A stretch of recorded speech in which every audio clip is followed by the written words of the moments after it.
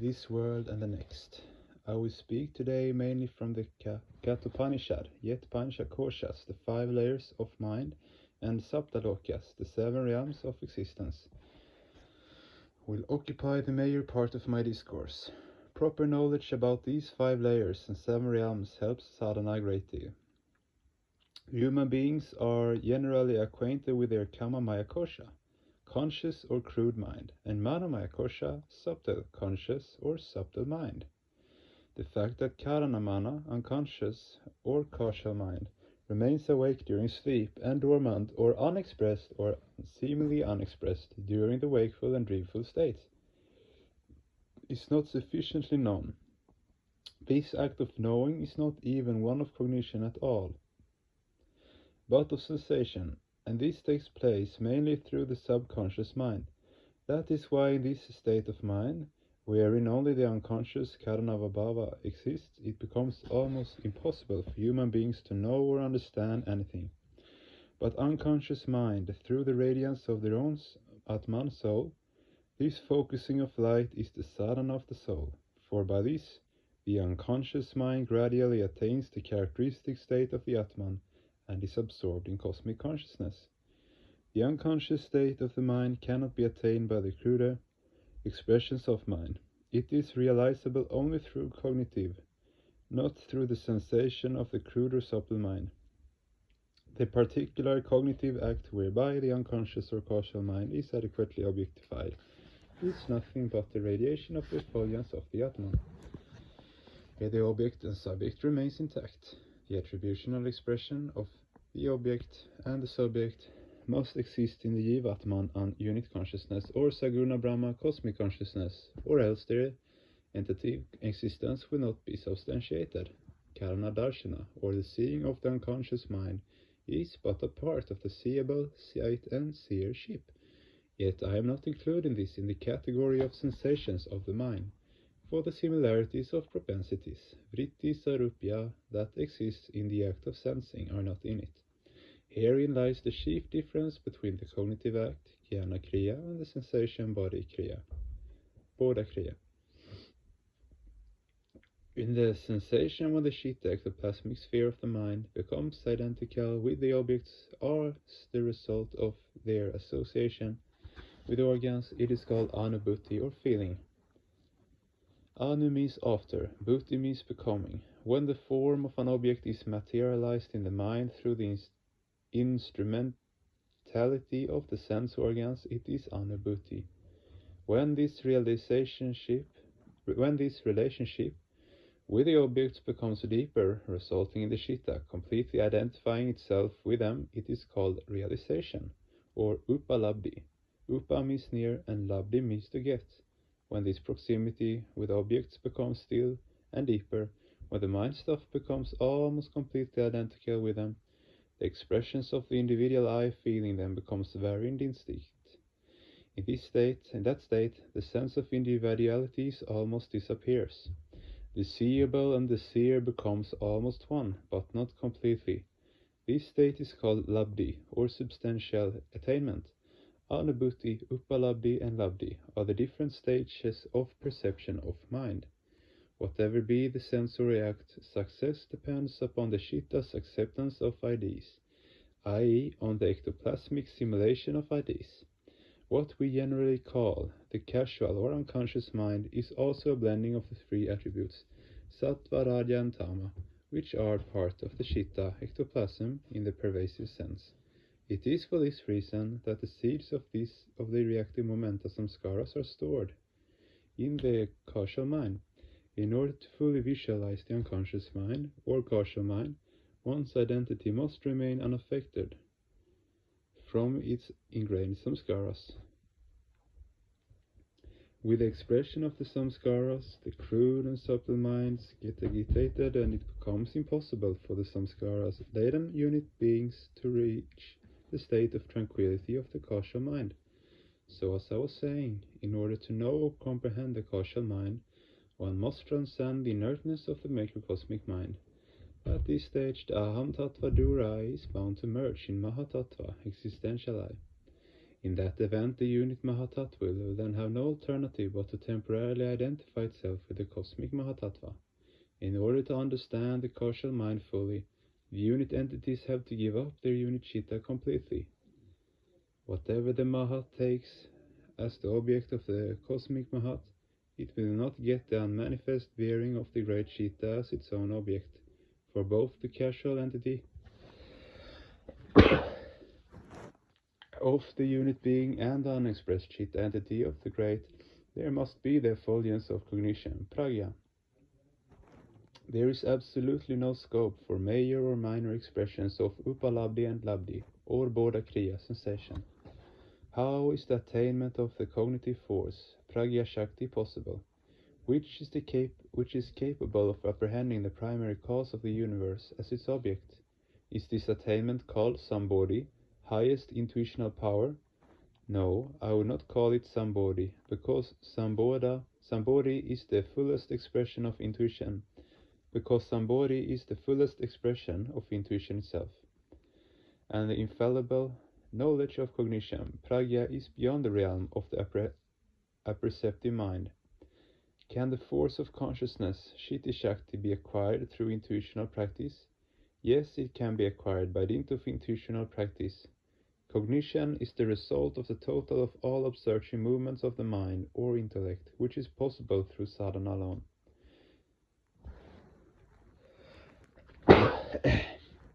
The sense of oneness between cognition and the sensory organs remains in the bodhicitta of non-sadhakas.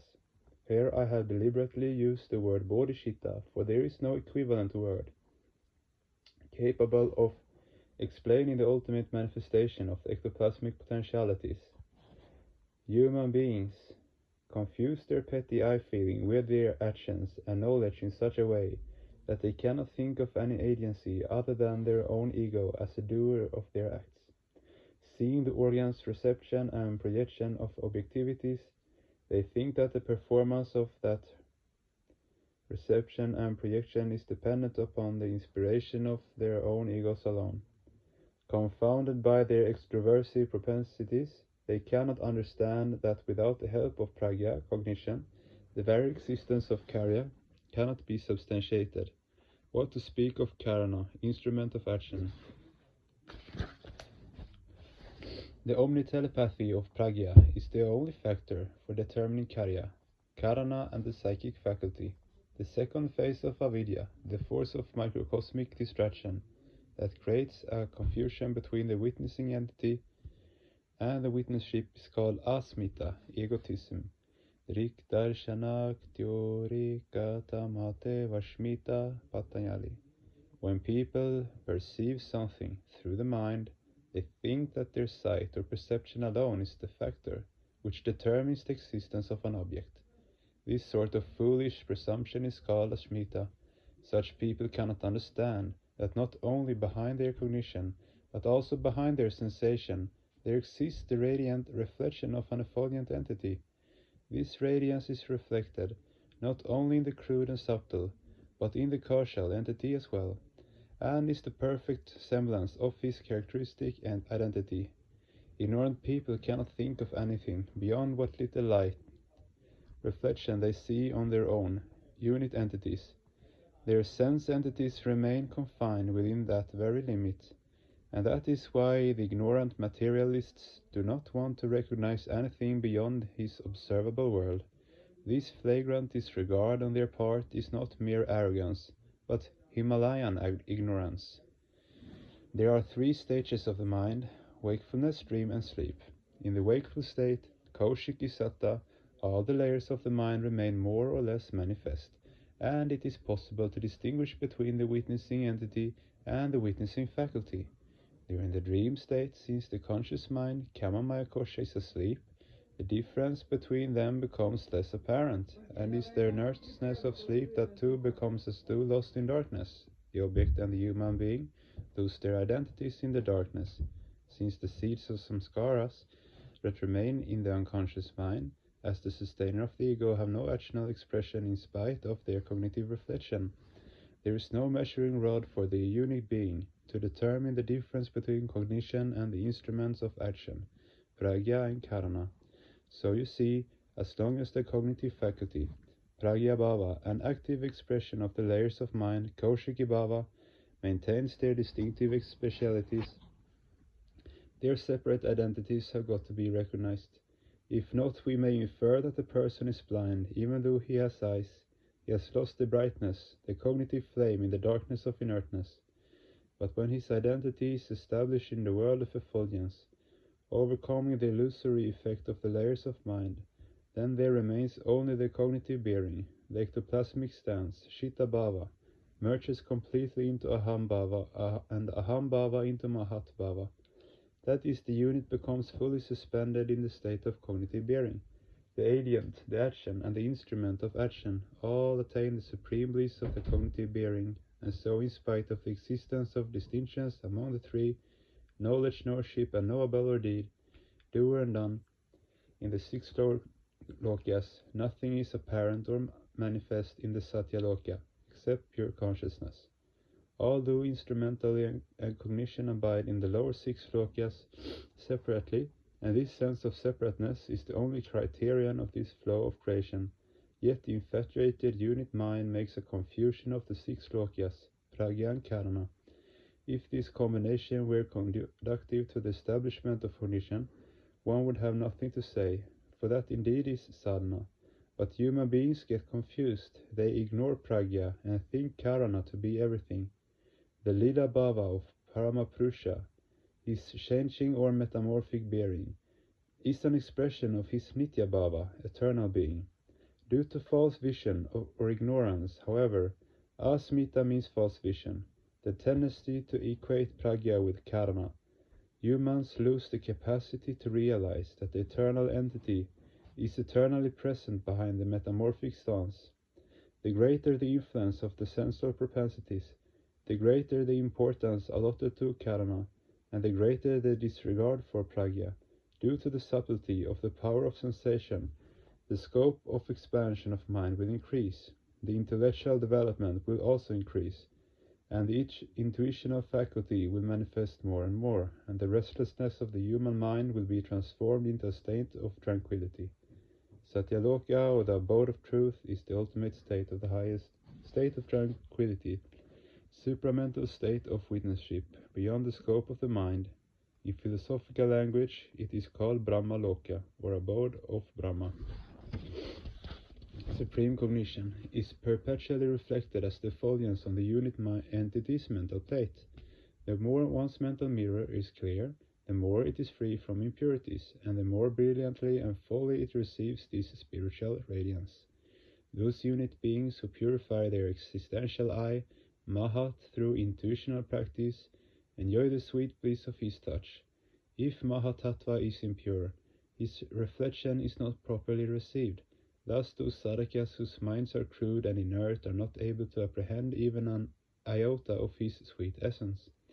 That is why at the time of happiness their illusion-dulled mental waves seek to remain in smug oblivion, disregarding him, and at the time of sorrow they unduly find fault with him, failing to understand his merciful dispensation that exists behind that sorrow.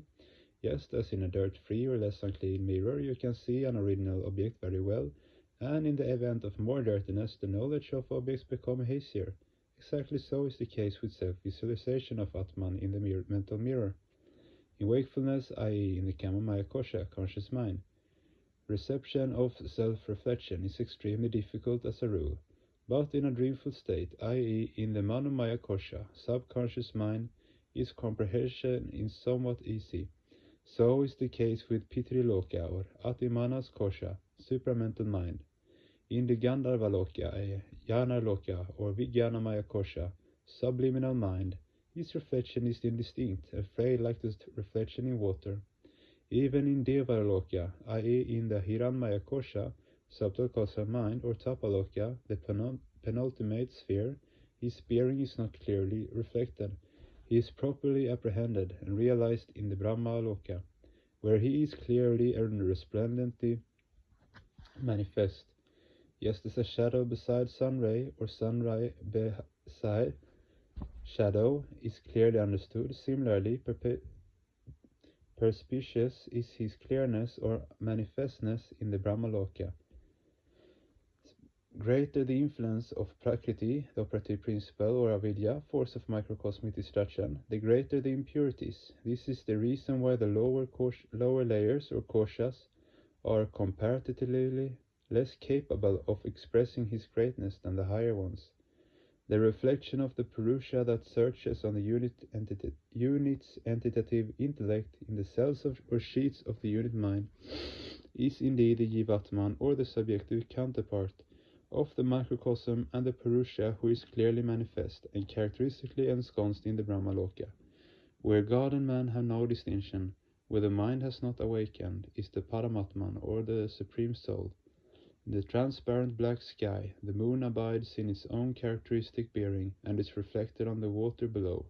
The water moon, although identical with the moon above, has no intrinsic individuality of its own.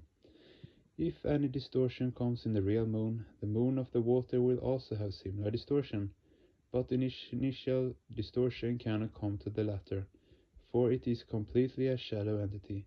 Nevertheless, if this shadow entity can be seen and understood clearly, one can have an idea of the real moon therefrom. That's all. But the real moon cannot be attained thereby. So one can indeed know the Paramatman by knowing the Jivatman, or him by knowing the I, but it does not mean the attainment of him, or getting ensconced in him thereby. And so fullness of knowledge may come from the smaller trances, samadhis, but not ensconcement in Brahma or consciousness. The water moon is not properly and clearly seen or understood due to waves or impurities in the water. Similarly, due to the existence of the waves or propensities or the impurities of the samskaras or chromosomes on the mental canvas, the reflection of the Paramatman thereon, i.e. Jivatman, is not properly understood. That was why I said, in the lower koshas or cells, where the propensive expressions or impurities of the samskaras are greatly in evidence, the Atmabhava or characteristic spiritual self is unmanifest. However, it is the Bodhamanas concerned the apperceptive mind, no matter to which kosha it belongs, that apprehends the reflection of the Purusha. These Bodhamanas, being directly vulnerable to propensities, become impotent to back up and vivify its own capabilities. Therefore a sadhaka, spiritual aspirant, has to free his mind from the impurities through sadhana, spiritual austerity. This purgation of the mind, this freedom of the mind from the impurities, is indeed liberation. The Bodhisattva of a liberated being is never smitten by any assault. To convert the mind into the real mirror, every kosha has to be made transparent and crystalline. The attitude of the lower koshas has got to be sublimated into the higher koshas, and then again the higher koshas have got to be made still more transparent by dint of sadhana, by dint of the penetrating projection of the sentient force, and merged in the still higher koshas. Thus, through the medium of kosha-wise sadhana, the higher the loka a sadhaka attains, the fuller will become his entire entity with the divine radiance, divine bliss. After the last trace of impurities being wiped out from the Bodhisattva, the Atman that will come to light in that purified buddhi or intellect is alone called Purushottama, who is the nucleus of cosmic subjectivity, the Saguna Brahma, the subjectivated Shiva, for in his ketopric or reflecting pure intellect, the petty I has no quarter. And when the sadhakas transcend the illusory bondage of their bodhisattva existential I and race towards the ultimate reality, unhindered by any reflection on the mental plate, their intellects and indeed their whole identities merge in consciousness in its pure form. That unreflected Atman is alone called the pure Nirguna. This state is the unchallengeable position in Satyaloka. This state is consciousness itself.